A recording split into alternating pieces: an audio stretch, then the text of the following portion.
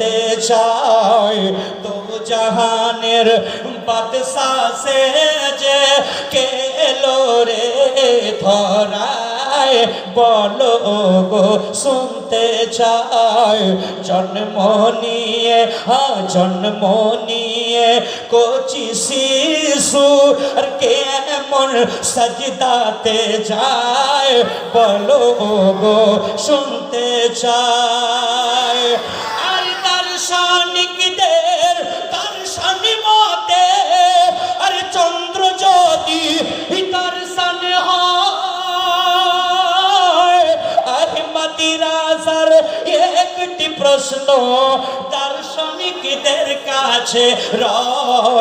দার্শনিকদের কাছে রয় মোরা তবে চাঁদের মাঝে আমরা তবে চাঁদের মাঝে কিসের আকার দেখতে পাই বলো গো শুনতে চাই দো জাহানের বাদশা সে যে কে এলো রে এ ধরায় বলো গো শুনতে চাই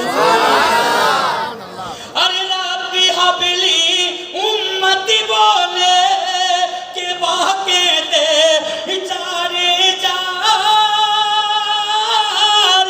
নিরঞ্জনের নিবিড় বনে কেন সে কাঁদিতে যায় হুজুর সাল্লাল্লাহু আলাইহি সাল্লাম কোহাতে গিয়ে উম্মতের জন্য কাঁদতো বলুন সুবহানাল্লাহ আর তার উম্মত আজ হুজুর পাক সাল্লাল্লাহু আলাইহি সাল্লামের শানে গুস্তাখি করছে বেঈমানগুলো শুনুন চলুন কালাম পড়লাম আমি যে কথা বললাম টপিক আবার চলুন মা আমিনা রাদিয়াল্লাহু তাআলা আনহা নিজের বাচ্চার কোয়ালিটি গুণ সিফাত বর্ণনা করে চলেছে ও বোন হালিমা আমার বাচ্চা দুনিয়ার বাচ্চার মতো বাচ্চা নয় আমার বাচ্চার মতো কেউ হয়নি আর হবে না ও বোন আমিনা আমরা নারী জাত আমরা জানি দুনিয়াতে যখন আমাদের সেকেন্ড ও বোন হালিমা আমরা নারী জাত আমরা জানি দুনিয়ায় বাচ্চা জন্মগ্রহণ করার পর কুহা কুহা করে কেঁদে চলে এখানে দাইমা যদি থাকে তো জানবে আমার পর্দার অন্তরালে আমার দাইমা বা যে মায়েরা বাচ্চা প্রসব করেছে তারা জানবে যে আমার বেটা আব্দুর রহমান হয়ে কুহা কুহা করে কেঁদেছে বোন শাকিলা বলবে আমার বেটা আব্দুর রহিম জন্মগ্রহণ করে কুহা কুহা করে কেঁদেছে আমার মা বলবে বেটা রে তুই জন্মগ্রহণ করে কুহা কুহা করে কেঁদেছিস মনিরুল ভাইয়ের আম্মা জান বলবে আমার বেটা মনিরুল জন্মগ্রহণ করে কুহা কুহা করে কেঁদেছে আমার মাওলানা আব্দুল করিম ভাই বসে আছে উনার আম্মা জান বলবেন বেটা আব্দুল করিম রে তুই জন্মগ্রহণ করে কুহা কুহা করে কেঁদেছিস দুনিয়ার মানুষ আমরা জন্মগ্রহণ করে কাঁদি কুহা কুহা করে যদি না কাঁদি তো হসপিটালে ডাক্তার বুকটাকে উল্টো করে পিঠে চাপড় মারবে শ্বাস প্রশ্বাস খুলে কাঁদাবে মুসলমানও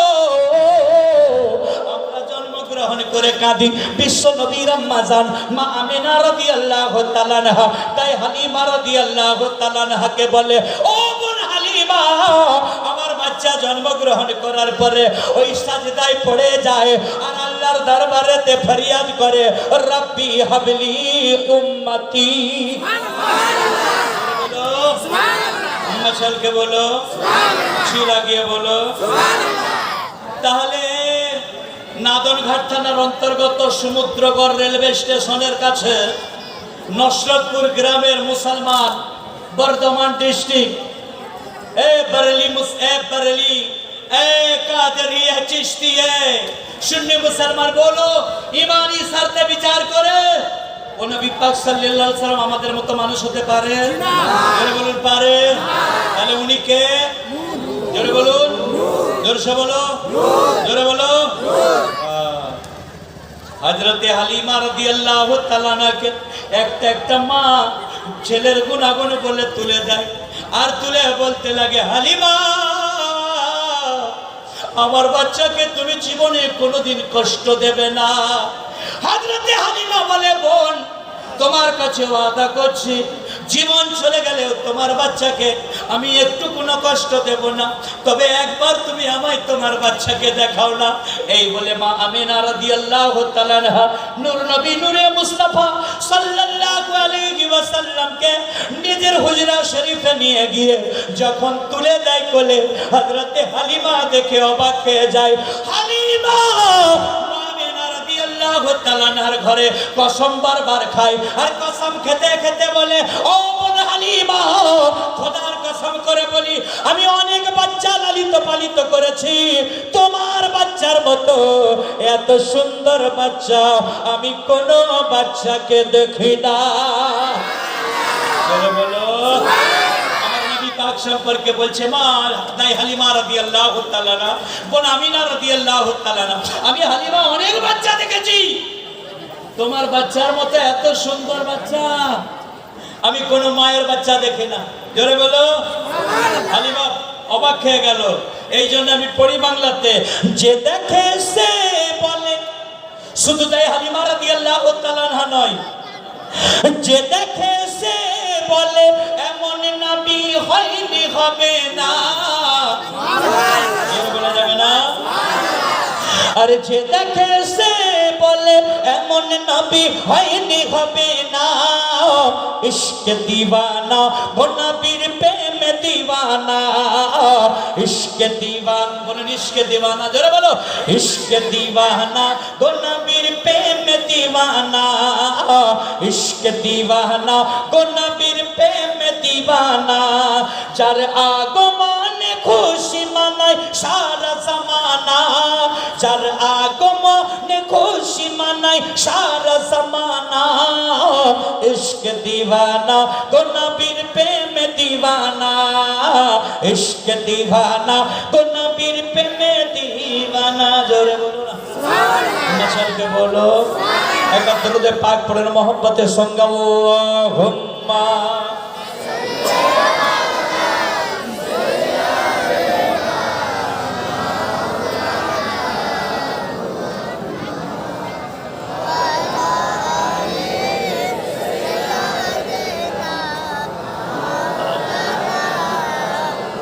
मुसलमानों, रसूल पाक सल्लल्लाहु अलैहि वसल्लम के दाई हलीमा রাদিয়াল্লাহু তাআলা আনহা সাদিয়া গোত্রে নিয়ে চলে যায়। এই আমার মুসলমান ভাইরা, আমার নবী পাক সাল্লাল্লাহু আলাইহি ওয়াসাল্লাম নূর, আমি নূরেরই দলিল দিতে এসেছি আজ, কারণ আজকাল ইউটিউব সোশ্যাল মিডিয়ায় আমার নবী পাক সাল্লাল্লাহু আলাইহি ওয়াসাল্লামের সাথে তাওহীদ করছে বাতিল ফিরকার মৌলবীরা। তারা বলছে নবী পাক সাল্লাল্লাহু আলাইহি ওয়াসাল্লাম হচ্ছে মাটির তৈরি, আপনারা মানবেন? জোরে বলুন। অনেক তো দলিল দিলাম, হিন্দু শাস্ত্র, হিন্দু ঋষি, বেদের ঋষি মনু বলছে নবী পাক সাল্লাল্লাহু আলাইহি ওয়াসাল্লাম নূর। সুবহানাল্লাহ, জোরে বলুন সুবহানাল্লাহ। হিন্দু ঋষি কি বলছে পড়বো, শুনবেন? আর জোরে বলুন। হিন্দু ঋষি বলছে সম্ভলস্য বিষ্ণু যশা গৃহে পদর্বাহম, সম্ভলস্য বিষ্ণু যশা গৃহে পদর্বাহম, সুমতং মতার বিভায়ং কন্যায়ং তন্নিদেশত, এত শ্রীমতান্তর মিলেছ আচার জন্য সমন্বিত মুহাম্মদ সাল্লাল্লাহু আলাইহি ওয়াসাল্লাম ইতিখ্যাত শিষ্য শাখা সমন্বিত গঙ্গা। আপনাদের গ্রামের সম্মুখে গঙ্গা নদী, জোরে বলো গঙ্গা জলস্য পঞ্চগব্য সমন্বিতৈ চন্দনাদি বিব ভর্জ তুষ্টাব মনোসাহরম, হুতার মৃন্দ মহাস্তুরিন্দা, অল্লজ্যেষ্ঠং শ্রেষ্ঠং পরমং ব্রহ্মণং ইল্ললিত ইল্লাল্লাহ, লা ইলাহা হরপতি পাপম ইল্ল অল্ল পরম পদম, জন্ম বৈকুণ্ঠপুর উপৈনতিতি জপি নাম মুহাম্মদ সাল্লাল্লাহু আলাইহি ওয়াসাল্লাম, আল্লাহ রাসূল মুহাম্মদ রকম পরশ অল্ল মিল্ললিত ইল্লাল্লাহ, ন চন্দ্র ন তারকং নেমা বিদ্যুতং কোতত্বয়ং গিনি তমে মনো ভক্তৌ সর্বন্তস্য ভাষা বিভাতি, और तदय संवनं शिवी सदा निवे वासुदेवंगरघाति पुण्यगंध नील स्प्रेशम उपनरंगनतमसि शुक्तन वर्षा वर्ष भद्रन वर्षा वयं चनददिश्य नरीशं न कदाचन अहमिधिपितु परिमेधा नन्नतम कर्जमिदं मम। सुभान अल्लाह। হিন্দু ঋষি কি বলছে শুনুন, আরে জোরে বলো সুবহানাল্লাহ, বলো আরে আমার নবী পাক সাল্লাল্লাহু আলাইহি সাল্লামের নাম হিন্দু শাস্ত্র বেদে, জোরে বলুন সুবহানাল্লাহ। আমার নবী পাক সাল্লাল্লাহু আলাইহি সাল্লামের নাম তওরীত শরীফে, জুবুর শরীফে, ইনজিল শরীফে, আসমানি কিতাবে, জোরে বলো সুবহানাল্লাহ। গুরু নানক পর্যন্ত আমার নবী পাকের প্রশংসা করে গেছে, জোরে বলো সুবহানাল্লাহ। আর বর্তমান কিছু মন্ত্রী নেতা ছাতা বার হয়েছে, তারা আমার নবী পাক সাল্লাল্লাহু আলাইহি সাল্লামের কলমা আর মুসলমানদের নাম শুনলে তারা জ্বলতে থাকে। হিন্দু ঋষি আমার নবী পাকের কলমা তারিফ করে গিয়েছে, লা ইলাহা হরপতি পাপম, যদি কেউ লা ইলাহা পড়ে আল্লাহ তার গুনাহ maaf করে দেয়, সুবহানাল্লাহ। জোরে বলো সুবহানাল্লাহ। পরিষ্কার বেদের মধ্যে লেখা রয়েছে, লা ইলাহা হরপতি পাপম ইল্লা আল্লাহ পরম পদম, জন্ম বৈকুণ্ঠপুর উপৈনতি জপি নাম মুহাম্মদ সাল্লাল্লাহু আলাইহি ওয়াসাল্লাম কে লা ইলাহা হরপতি পাপম, যদি কেউ লা ইলাহা পড়ে আল্লাহ তার গুনাহ maaf করে দেয়, ইল্লা আল্লাহ পরম পদম, আর যদি কেউ আল্লাহ নামের জিকির করে আল্লাহ তার সম্মানকে বাড়িয়ে দেয়। জন্ম বৈকুণ্ঠপুর উপৈনতি জপি নাম মুহাম্মদ সাল্লাল্লাহু আলাইহি ওয়াসাল্লাম, আর যদি কেউ মুহাম্মদ সাল্লাল্লাহু আলাইহি ওয়াসাল্লামের নামের জিকির করে আল্লাহ তারকে স্বর্গবাসী জান্নাতি করে দেয়, সুবহানাল্লাহ। বলো না সুবহানাল্লাহ, বলো সুবহানাল্লাহ। এই জন্য বিদ্রোহী কবি কাজী নজরুল ইসলাম গেয়েছে, মুহাম্মাদের নাম জপেছিলি, সুবহানাল্লাহ। বলো না সুবহানাল্লাহ। কবি কাজী নজরুল ইসলাম বলছেন, মুহাম্মাদের নাম জপেছিলি, বুলবুলি তুই আগে, মুহাম্মাদের নাম জপেছিলি, বুলবুলি তুই আগে, তাই কিরে তোর কণ্ঠের ঈশ্বর, তাই কিরে তোর কণ্ঠের ঈশ্বর এতই মধু লাগে, মুহাম্মাদের নাম জপেছিলি, সাল্লাল্লাহু আলাইহি সাল্লাম, জোরে বলো সুবহানাল্লাহ। তারপর হিন্দু ঋষি কি বলছে শুনুন, একটার পর একটা ছন্দ শ্লোকের তরজমা করব, দিল তাজা হয়ে যাবে। হিন্দু ঋষি মনু বেদব্যাস তিনি আমার নবী পাক সাল্লাল্লাহু আলাইহি সাল্লামকে নূর বলছেন।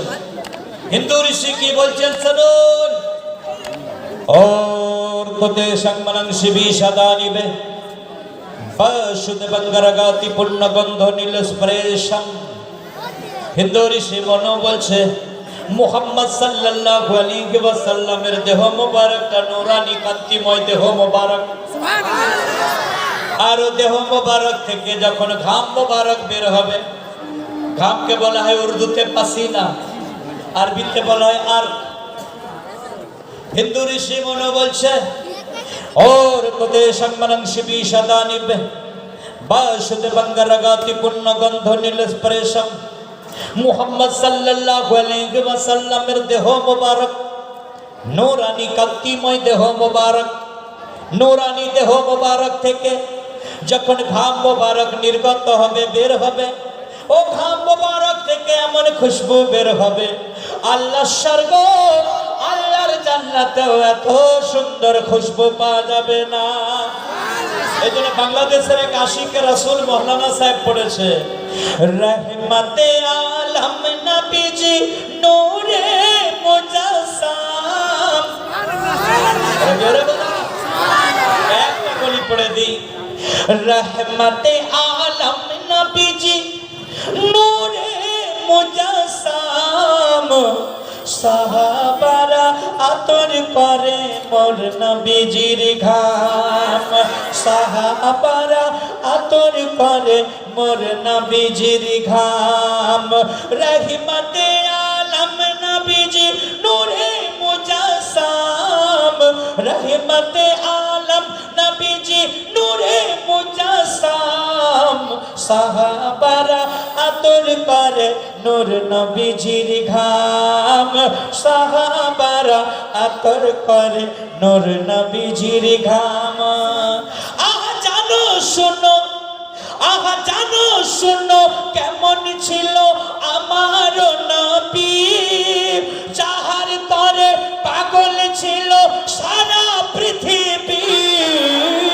ওগো জানো শোনো কেমন ছিল আমার নবী, যাহার তরে পাগল ছিল সারা পৃথিবী।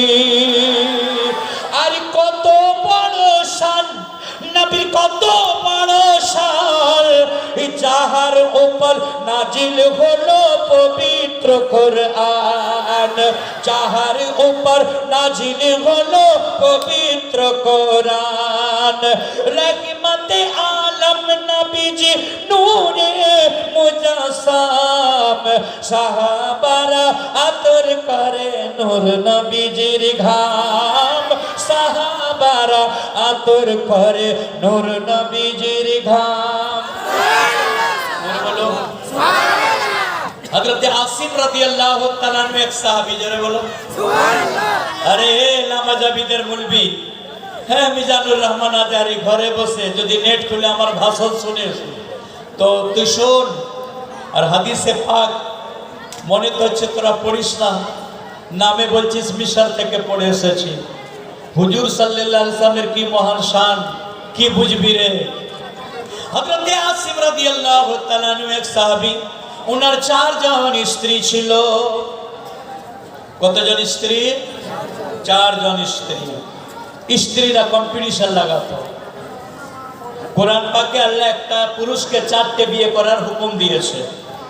তারপরে 4টে স্ত্রীকে একই নজরে দেখতে হবে, যেন খাওয়ানোর জন্য শক্তি থাকে, নাহলে নাফসের তাড়নায় বিয়ে করবে, ওরকম বিয়ে করা জায়েজ নয়। মুসলমানও, হযরত আসিম নামে এক সাহাবী, ওনার 4 জন স্ত্রী, আর 4 জন স্ত্রীর বাড়ি করে দিয়েছিল।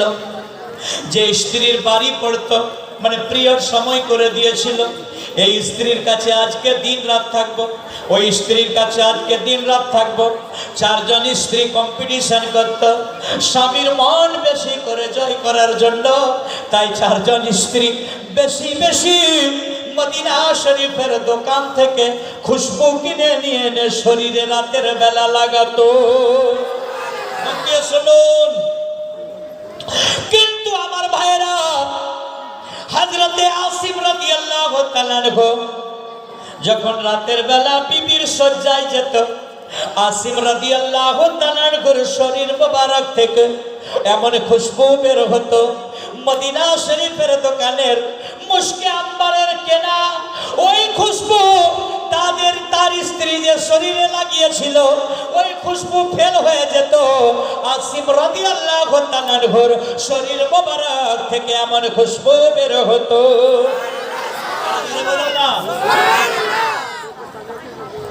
একদিন যায়, 2 দিন যায়, 3 দিন যায়, 1 মাস যায়, 2 মাস যায়, 3 মাস কেটে যায়। 4 জন বিবি একসঙ্গে বসে যে দিনের বেলা, আর স্বামীর প্রশংসায় 4 বিবি পঞ্চমুখী হয়ে গিয়েছে। ছোট বিবি বলছে বড় বিবিকে, বড় বিবি বলছে মেজ বিবিকে, মেজ বিবি বলে সেজ বিবিকে, বলে আমাদের স্বামীর কত বড় সুন্দর গুণ, আমাদের স্বামীর বদন মোবারক, শরীর মোবারক থেকে কত সুন্দর খুশবু বের হয়। আমরা মদিনা শরীফের বাজার থেকে মুশকে আম্বারের খুশবু কিনে এনে শরীরে লাগাই, কিন্তু আমাদের স্বামী যখন রাতের বেলা আমাদের রুমে আসে, আমাদের স্বামীর শরীর মোবারক থেকে এমন খুশবু বের হয়, মদিনা শরীফের বাজারের কেনা খুশবু ফেলবে যায়, হার মেনে যায়। 4 বিবিতে যুক্তি করতে লাগলো, কি ব্যাপার বলো তো, আমাদের স্বামী কি অন্য কোথায় খুশবু আগে লাগিয়ে আছে? 4 জন বিবি দিনের বেলায় যুক্তি করলো। আজকে স্বামী যখন কাজ সেরে ঘরে আসবে দ্বীপ প্রহরে দুপুর বেলায়, 4 জনে ঘিরে স্বামীকে জিজ্ঞাসা করবো, স্বামী গো, আমরা আপনার 4 জন স্ত্রী মদিনা শরীফের দোকানে মুশকে আম্বার খুশবু এনে শরীরে লাগায় রাতের বেলা, আপনি যখন আমাদের কাছে শয্যায় আসেন, আপনার শরীর মোবারক থেকে এমন খুশবু বের হয়, আমাদের খুশবুগুলো আপনার খুশবুর কাছে হার মেনে যায়। স্বামী গো, কি খুশবু আপনি লাগান, কোন দেশ থেকে খুশবু কিনে আনেন একটু বলে দেন। হযরতে আসিম রাদিয়াল্লাহু তাআলা আনহু বলতে লাগলো, ওরে আমার বিবিরা শোনো, আমি কোন বাজার থেকে খুশবু কিনে আমার শরীরে লাগাই না। বলে তাহলে আপনার শরীর মোবারক থেকে এত খুশবু কেন বের হয়? মন দিয়ে শুনুন। তখন আসিম রাদিয়াল্লাহু তাআলা বিবিদেরকে বলতে লাগলো, এই আমার বিবিরা, কলমা পড়ার পর আমার শরীরে পক্স হয়েছিল, গুটি বসন্ত আমার পুরো শরীরে হয়ে গিয়েছিল, শরীরটা ধরার মতো জায়গা ছিল না। আমার আব্বা দৌড়ে হুজুর পাক সাল্লাল্লাহু আলাইহি ওয়াসাল্লামের কদম মোবারকে পড়ে যায়, কাঁদতে কাঁদতে আমার জন্য ফরিয়াদ করে, আরজ করে, ইয়া রাসূলুল্লাহ সাল্লাল্লাহু আলাইহি ওয়াসাল্লাম, আপনার আসিম, আপনার গোলাম আপনার কলমা পড়েছে, আপনি কায়নাতের মালিক, अपनी उम्मत के दुनिया बचाने वाला, कब्रे बचाने वाला, आखिरते बचाने वाला, हर जगह बचाने वाला। আমার বেটার শরীরে এমন গুটি বসন্ত পক্ষ হয়েছে, কোন জায়গা ধরার মতো তার জায়গা নাই। আমার ছেলেকে আপনাকে ভালো করে দিতে হবে। বলুন না সুবহানাল্লাহ, বলো সুবহানাল্লাহ। আসিম রাদিয়াল্লাহু তাআলার বাবা সঙ্গে সঙ্গে বলার সাথে সাথে হুজুর পাক সাল্লাল্লাহু আলাইহি সাল্লাম আসিম রাদিয়াল্লাহু তাআলার ঘরে এলেন। এসে ডাক দিচ্ছেন, প্যারে আসিম, আমার উম্মত কষ্টে থাকবে আর উম্মতের গমখার নবী বরদাস্ত করতে পারবে? বেটা আসিম, উঠে দাঁড়াও। ইয়া রাসূলুল্লাহ, আমার দাঁড়াবার মতো তাব নাই। বলে আসিম, চেষ্টা করো। ইয়া রাসূলুল্লাহ, আপনার হুকুম পালন করব, জান দিতে হয় জান দেব। উঠে দাঁড়িয়ে গেলেন। তারপর নবী পাক সাল্লাল্লাহু আলাইহি ওয়াসাল্লাম আসিম রাদিয়াল্লাহু তাআলার মুখমণ্ডলে আর এই বুকমণ্ডলে পেট মোবারকে থুতু মোবারক ফেলতে লাগলেন।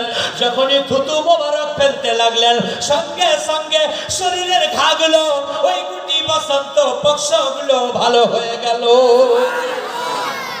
আমার বুড়ো চাচা, ছোটবেলায় আপনারা দেখেছেন এত বড় বড় পক্ষ হতো, যেই গ্রামে পক্ষ ঢুকতো, যেটাকে গুটি বসন্ত বলে, কি বলো স্যার? তখন এই পক্ষের গুটি বসন্তের ঔষধ ছিল না, মারা যেত, গ্রামকে গ্রাম উজাড় হয়ে যেত। এখন তো বৈজ্ঞানিক প্রসেসে ঔষধ বের হয়ে গিয়েছে। তখন গুটি বসন্ত আপনার পক্ষের, আপনার তখন কি হতো, ওষুধ বের হয় না। পক্সের ইনজেকশন কোন বৈজ্ঞানিক তৈরি করেছে? বলো। জলাতঙ্ক রোগের ইনজেকশন কে তৈরি করেছে? কে বলে? বলতে পারবেন না? আচ্ছা আমি বলছি, শুনুন। এই সুন্নি নওজওয়ানো, আসিম রাদিয়াল্লাহু তাআলা বিবিদেরকে বলতে লাগলো, ওরে আমার বিবিরা, হুজুর পাক সাল্লাল্লাহু আলাইহি ওয়াসাল্লাম আমার শরীর মোবারকে থুতু মোবারক লাগানোর সঙ্গে সঙ্গে আমার পক্ষ ভালো হয়ে গেল। আর তারপর থেকে আমার শরীর মোবারকে এইরকম খুশবু হামেশা বের হতে থাকে। বলো না, আমি হাজারবার গোসল করেছি, হাজারবার স্নান করেছি, খুশবু শরীর থেকে যায় না। এই খুশবুর সাথে নিয়ে আমি জান্নাতে যাব। তাই বলে রহমতে আলম নবীজি নূরে মুজাসসাম, সাহাবীরা আতর করে নূর নবীজির ঘাম, সাহাবীরা আতর করে নূর নবীজির ঘাম। জোরে বলো সুবহানাল্লাহ, বলো সুবহানাল্লাহ। তাহলে এখন বলুন তো ভাই, যারা বলে নবী পাক সাল্লাল্লাহু আলাইহি ওয়াসাল্লাম আমাদের মতো মানুষ, তারা যদি কাউকে থুকে দেয় তো তাদের থুক থেকে গন্ধ বের হয়। কথাটা হ্যাঁ কি না? বলুন না। কিন্তু আমার নবী পাক সাল্লাল্লাহু আলাইহি ওয়াসাল্লামের থুতু মোবারক থেকে খুশবু বের হচ্ছে। এইবারে বর্ধমান জেলার মুসলমান, আপনারা ডিসাইড করুন, সিদ্ধান্তে উপনীত হন। ইমানের দাড়ি পাল্লাতে স্লোগান দিয়ে বলুন, ও নবী পাক সাল্লাল্লাহু আলাইহি ওয়াসাল্লাম আমাদের মতো মানুষ হতে পারে? জোরে বলো। তাহলে নবী পাক সাল্লাল্লাহু আলাইহি সাল্লাম কি আল্লাহর আপন নূরে তৈরি। জোরে বলুন, মশালকে বলুন, ছি লাগিয়ে বলুন। এসব মুলবিরা কি জানে রে ভাই, এদের কথা মানবে না। নকল মোল্লা পণ্ডিত নেতা দেশকে করল মাটি। ও বন্ধু আমি কথা বলি বড় খাঁটি। বন্ধুগণ, আমার নবী পাক সাল্লাল্লাহু আলাইহি ওয়াসাল্লামের দরবারে একটা উট দৌড়ে এলো, এসে কাঁদতে শুরু করলো। আল্লাহু আকবার। উটের মালিক এবং মদিনা শরীফের ওই যে মহল্লাতে উটটা থাকতো, মুসলমানও উটের গোশত খেলে কি করতে হয়? উটের গোশত খেলে কি করতে হয় গো? গরুর গোশত খেলে উজু করতে হয়। আরে জোরে বলুন না।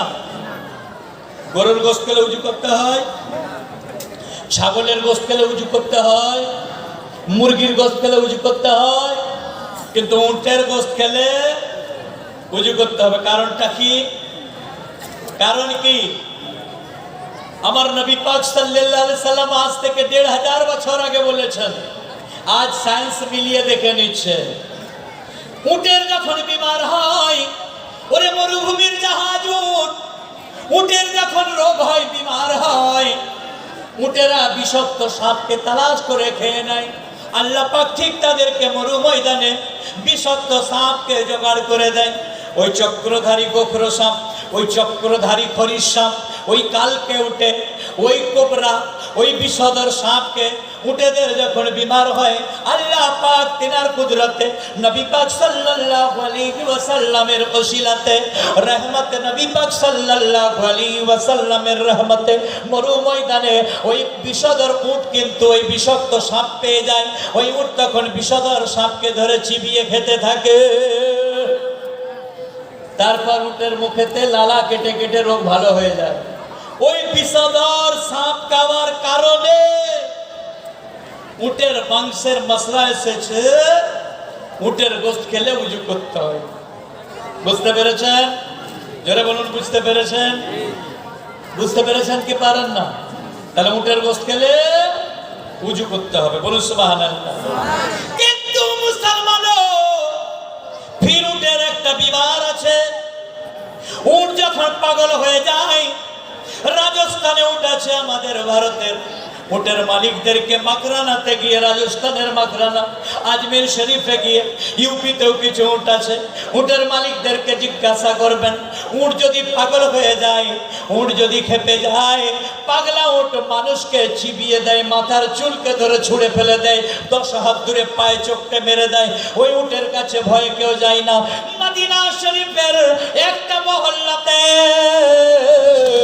একটা উট পাগল হয়ে গিয়েছে। লোকেরা ভাবছে ওই উটটা অনেকের মাথা ধরে চিবিয়ে দিয়েছে, অনেকের মাথাতে চুল ধরে ছুঁড়ে ফেলে দিয়েছে। উটের কাছে কেউ যেতে পারছে না। মদিনা শরীফের লোকেরা, ওই মহল্লার লোকেরা মনে মনে ভাবলো, এই উটকে সান্ত্বনা করতে পারবে, ওই উট থেকে আমাদেরকে বাঁচাতে পারবে, তো কায়নাতকে যিনি বাঁচানে वाला, जगत के जिनी बचाने वाला आला हजरत अमर बोले, ओ जो ना थे तो कुछ ना था, ओ जो ना हो तो कुछ ना हो, जान है जहान की, जान नहीं तो जहान नहीं। কায়নাতের জান নবী পাক সাল্লাল্লাহু আলাইহি সাল্লাম মদিনা শরীফের সাহাবীরা তিনারা ডিসাইড করলেন, যিনি জগৎকে বাঁচানে वाला তিনি আমাদেরকে বাঁচাবেন। চলো নবী পাক সাল্লাল্লাহু আলাইহি ওয়াসাল্লামের কাছে আমরা দৌড়ে যাই অন্য গলি দিয়ে। উট কিন্তু যে গলি দিয়ে আসছিল তারা অন্য গলি দিয়ে আমার নবী পাক সাল্লাল্লাহু আলাইহি ওয়াসাল্লামের কাছে হাজির হলো। আর উট কিন্তু আল্লাহ আল্লাহ, উটও কিন্তু কিছুক্ষণ পরে আমার নবী পাক সাল্লাল্লাহু আলাইহি ওয়াসাল্লামের কাছে হাজির হয়ে গেল। সুবহানাল্লাহ। তো যখন উটটা আসছে রেসে গর্দান হিলিয়ে, তো মদিনা শরীফের ওই মহল্লার লোকেরা ভয় করছে, আরে আমাদেরকে মেরে দেবে। আর অনেকে বলছে, আরে বাঁচানে वाला নবী মুস্তাফা সাল্লাল্লাহু আলাইহি ওয়াসাল্লাম আছেন। সুবহানাল্লাহ। ওই পাগলা উট তারা ভেবেছিল পাগল হয়ে গেছে। উটটা দৌড়েছে হুজুর পাক সাল্লাল্লাহু আলাইহি ওয়াসাল্লামের কাছে বসে যায়। আর ঝরঝর করে চোখ মোবারকে তার চোখ দিয়ে তার পানি বের হয়। মাথাটা হুজুর পাক সাল্লাল্লাহু আলাইহি ওয়াসাল্লামের কদমে ঝুঁকিয়ে উটটার জাবড়া দিয়ে ওই কি যেন বলছে, আর হুজুর পাক সাল্লাল্লাহু আলাইহি ওয়াসাল্লামের কদম মোবারকটা চুমতে থাকছে। উট ফরিয়াদ করছে, সাহাবায়ে কেরামরা কেউ বুঝতে পারে না। अरे कायनातेर भाषा बुझने वाला नबी पाक सल्लल्लाहु अलैहि वसल्लम, জোরে বলুন সুবহানাল্লাহ। যে লোকগুলো উটের ভয়েতে পালিয়ে এসেছিল, উটটা করুণ স্বরে কেঁদে কেঁদে তার ভাষায় বলছে, যারা ভয়ে পালিয়ে এসেছিল, উটের মালিকও হাজির, উটের মালিকের ছেলেও হাজির, বলতে লাগলো ইয়া রাসূলুল্লাহ সাল্লাল্লাহু আলাইহি ওয়াসাল্লাম, পাগলা উট আপনার কাছে কি বলছে? আমাদেরকে অনেক নির্যাতন করেছে, অনেক লোককে ছুঁড়ে ছুঁড়ে ফেলে দিয়েছে। তখন কায়নাতের ভাষা বুঝনে वाला, ভাষাকে জন্ম দেনে वाला, জিনার নূর মোবারক থেকে ভাষা তৈরি হয়েছে, দয়ার নবী নূরে মুস্তাফা গায়েবের খবর দেনে वाला নবী সাল্লাল্লাহু আলাইহি ওয়াসাল্লাম বলতে লাগলো, আরে এই উটটাকে তোমরা বাপ বেটা কি বলেছিলে সেই কথা কেঁদে কেঁদে আমাকে বলছে। তোমরা বাপ বেটা বলেছো না, তোমার বেটা তোমাকে বলেছিল যে আব্বা জান উট তো বুড়ো হয়ে গেছে, আর বেশি মাল বইতে পারে না, একে জবাই করে দিয়ে এর গোশতকে খেয়ে কাম খতম করে দেব। জবাই করার কথা বলেছিলে কিনা? বলে হ্যাঁ বলেছিলাম, কিন্তু উটটা তারপরে জবাই করার কথা শুনে উটটা মস্তিষ্ক ঠিক রাখতে পারে না, এর তামান্না যে আল্লাহ যখন হায়াত দেবে তখন ওর ইন্তেকাল হবে, ও জবাই হতে চায় না, তাই তো রেগে গিয়েছে, ও পাগল হয় না। আর ও কেঁদে কেঁদে আমাকে বলছে, ও জগৎকে বাঁচানে वाला নবী, আপনার কদম মোবারক তলে আমি উঠ বাঁধতে চাই।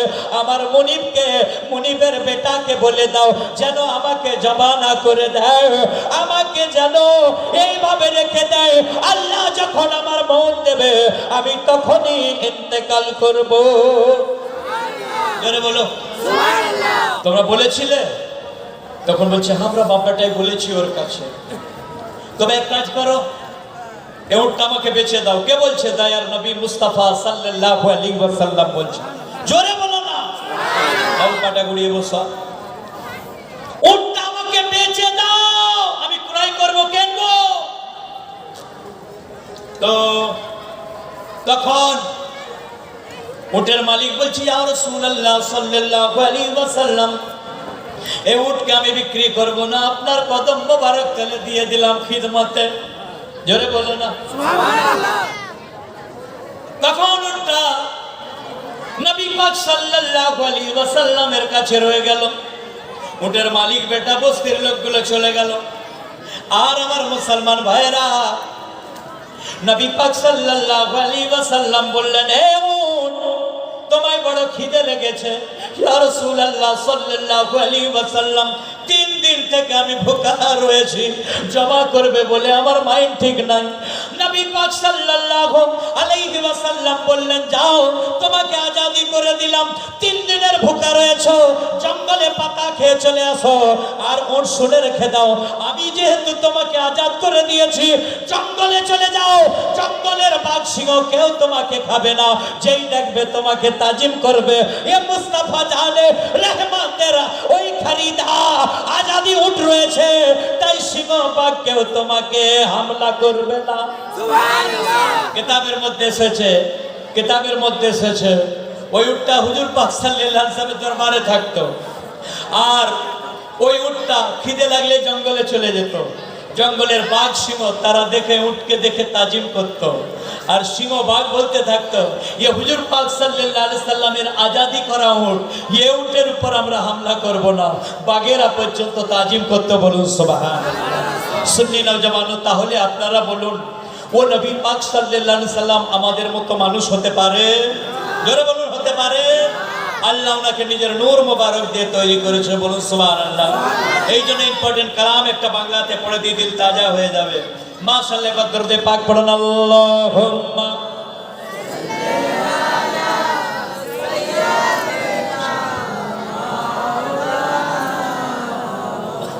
ওয়া আলা আলি সাইয়্যিদিনা। ভাই 2 ঘন্টা বলে দিলাম, এবারে আমি নাথ শরীফ পড়ে আমি কিন্তু সালাম পড়ে ইনশাআল্লাহ আজিজ শেষ করবো। শীতের রাত, অনেক রাত। হাত উঠে একবার বলুন ইয়া রাসূলুল্লাহ।